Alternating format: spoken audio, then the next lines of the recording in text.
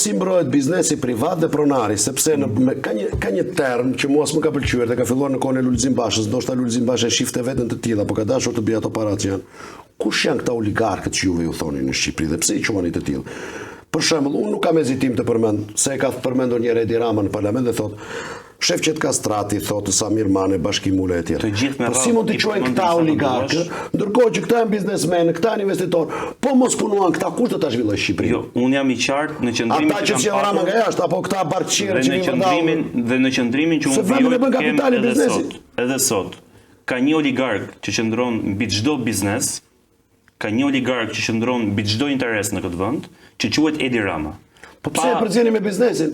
Se këta njerëz kanë punuar dhe me Sali Berishën. Pa favorizimin me ligje speciale. Ti je kryeministër, nesër do punojnë me ty këta. Pa favorizimin me ligje speciale. Pa me shtetin. Pa evazion me lejen e Edi Ramës, pa shkelje ligjore me lejen e Edi Ramës, asnjë biznesmen në Shqipëri nuk do mund të çonte përpara asnjë aferë korruptive. Pa okein e një kryeministri të korruptuar si Edi Rama. Cila aferë? Nuk po flas për këtë, po flas në parim.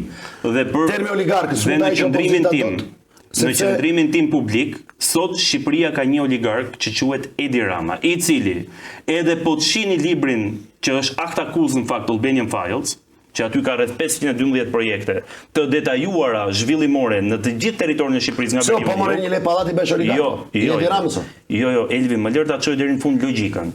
Ti je një kryeministër që personalisht kontakton me Facebook, me WhatsApp, me Instagram, me gjitha arkitekt nga studiot më të ndryshme në botë, i fton në Shqipëri, u cakton dhe truallin, shpeshherë i fut në joint venture, në bashkëpunim me partner lokal që janë grupe kriminale me rekorde kriminale. Kjo është pjesë tjetër, unë po flas ndani biznesin, ndani investitorët, nga krimi, nga po, do të keni shumë kujdes se nuk mund të bëhen të gjithë pistë. Se jeni parti e djathtë. Si mund të bëhet një parti e djathtë duke përdorur koncepte marksiste? Se di që ju vini bashku, shiko Belin, tani dua ta bëj debatin, po vetëm patjetër. Pavarësisht kësaj me shumë qetësi edhe me shumë interes. Sepse më pëlqen që me opozita të bëj pjesë protestash, të protestoj dhe gjithmonë kam qenë pro protestave. Po të bashkohet në një protestë kundër biznesit me terma marksiste, ku janë bashkë neomarksistët, neokomunistët, me LGBT-qit dhe me Hoxhën, e po ku e opozita e djathtë, pastaj konservatore. Unë do vetë të bëj me Lulin. Dhe tashti po ka qenë më serioz Luli në këtë. Dhe tashti zoti Fundo. Dhe tashti këtu është fuqia më e madhe e kësaj proteste. Që pikërisht ka arritur të bëjë bashk të gjitha grupet me qëndrime ideologjike 180 gradë të kundërta. Pse? Dikush del aty Elvi për flamingot, dikush del për mjedisin, po shumica aty dalin për ekonominë, për xhepin e tyre. Po pa ta biznes me ska dalin për faktin, një pjesë e madhe atyre dalin për faktin që nuk mbyllin dot muajin. Ndërkohë që vetëm ora e dorës djerë në Sagasit në foto i kushtonte $500,000. Do ta flasim më vonë. Po ndërkohë që kryeministri e pi 133.000 euro në vakt. Para një viti e votuan Edi Ramën këta. Nuk e kanë votuar, se s'e kanë votuar se s'ka, po nuk ka zgjedhje. Jo, po pitu aty, s'ka zgjedhje. Qëndrimi PD-s vjen pa lëkundur, që zgjedhje me Edi Ramën nuk ka patur dhe nuk ka. Dhe të jemi qartë, aty qytetarët dalin për problemet e tyre. Aty dalin ata që s'kan spitale onkologjiku, që nuk kanë ilaçe biznesi. Që nuk kanë ilaçe onkologjiku, jo, nuk është propagandë, jo. Unë kisha te biznesi. Aty dalin ata që i kanë fëmijë. Sepse unë jam pro biznesi. Dalin kryefamiljar me 4-5 fëmijë që nuk kanë asnjë fëmijë në Shqipëri, po i kanë rrugëve të botës dhe jetojnë vetëm, e ngrysin jetën vetëm. Belin, jam dakord. Aty dalin prindë mi, kanë dalë çdo natë. Shumë mirë kanë bërë. Aty dalin familjarë mi, të afërm tuat, kushëri tuat. Hajde të dalim të dy. Po ndani termin opozita, ç'pun ka opozita kundër biznesit. Ajo protest është ngjarja më e mirë që i ka ndodhur Shqipërisë në këto 89 ditë. Nuk e kam si ngjarje. Enveri ka ardhur në formë moderne. Shkini me kapitalin. Enveri i ri dhe simboli më përfaqësuesi i njeriu të ri të Enverit sot është Edi Rama. Dhe ky Enveri i ri hiqet me një protestë masive e cila bën bashkë të gjitha grupet e interesit, të cilët sulmojnë biznesin dhe çon ekonominë për lesh, edhe shikojnë vitin tjetër krizën pastaj edhe nuk ke ti asnjë le të themi protestues apo grupim aty të organizuar që sulmon biznesin. Ka qëndrime personale, ka individ të caktuar që kanë qëndrimet e tyre dhe mbajnë përgjegjësi për qëndrimet e tyre. E rëndësishme është që masë e madhe popullore është prej 89 ditësh në shesh dhe kërkon largimin e Edi Ramës. Dakor se kaq, dhe ky është fakt. Okej, do të flas për një fakt. Nga ana tjetër, mos harro dhe një gjë. Ne si Parti Demokratike, sepse gjatë gjithë kohës duke më pyetur me drejt, se ku qëndron Partia Demokratike këtu. Kjo protestë ka 5 kauza. Ishte të parën Partia e kapitalit, dhe është partia e investimit, partia e biznesit, partia e tregut hapur, partia e pronës, nuk kemi. Si mbroni, më thoni kë pronar keni mbrojtur. Pronës e gjitha. Një minut, Elvi. Kemi mbrojtur çdo pronar të ligjshëm të këtij vendi dhe çdo pronar i cili ka dashur të zhvillojë biznesin në mënyrë të ndershme.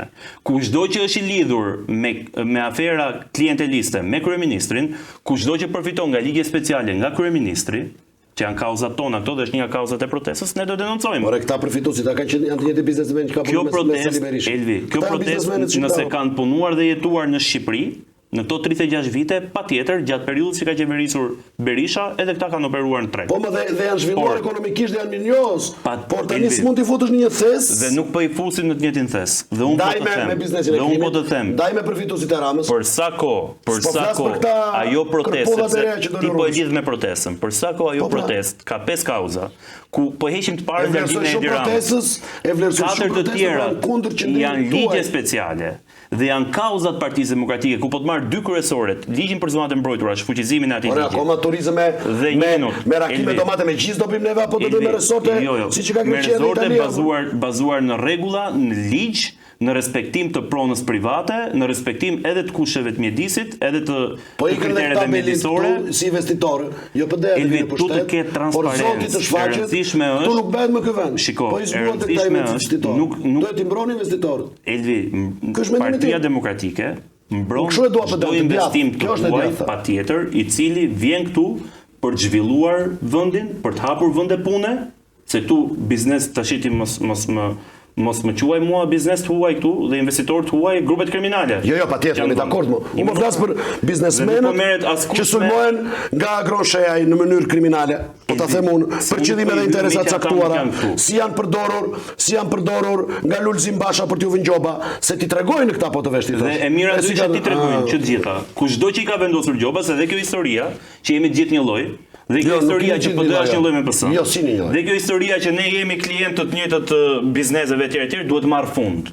Nëse ka zyrtar, politikan, qofshin këta dhe të Partisë Demokratike, që vendosin gjoba, që kërkojnë favore, që u bien në qafë qëllimisht bizneseve për të përfituar personalisht dhe jo për të bërë detyrën si shërptor publik, ti nxjerrin me emra, ti bëjnë publik. Po i kanë bërë më duken ata ku janë. Ti bëjnë publik. Po duket mos ti nxjerrin me emra. Siç i bën njëri tjetri dihen ata. Por kjo historia që jemi të gjithë një lloj, jo mos thashë duhet të marr fund. Unë thashë ndauni juve dhe të mbroni biznesin dhe kapitalin dhe për sa kohë qëndrimet i kemi kristal të qartazi, të qarta, të pastra dhe të drejtë për drejta edhe për opinionin publik.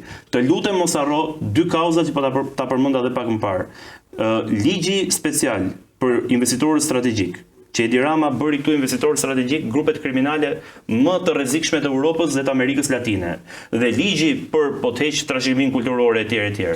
Dhe ligji për zonat e mbrojtura janë 2 kauza i etike të Partisë Demokratike, që i ka çuar në gjykatë kushtetuese dhe që ne kemi avokuar pro interesit publik prej vitesh tashmë Elvi. Dhe këto janë kauzat tona, nuk mund t'i lëmë në mes rrugës. Kauzat tona. Dhe kjo protest i ka rezonuar më së miri edhe këto kauzat tona. Bashkë me LGBTQI të brenda. Me gjithë gabimet tona, Elvi, se tash problemi këtu nga debati që ne bëjmë të dy, duket sikur unë tu jam një djalë i ri, një politikan i ri që po them që PD s'ka asnjë gabim. Patjetër. Problemet e saj. Nuk kam punë me opozitën, unë kam me pushtetin dhe në mbrojtjen e biznesit. Ti tu të sulmosh qeverinë, nuk do të qëndrimet e saj, PD-ja në qëndrimet e saj, në kauzat e saj ka qenë krejt qartazi në mbrojtjen e interesit publik. Jam i qartë, nuk mund të jesh tu të sulmosh PD-n, asun s'po sulmoj PD-n. Unë dua që PD-ja të jetë më opozitare me vërtet dhe më pro biznes dhe pro pronës.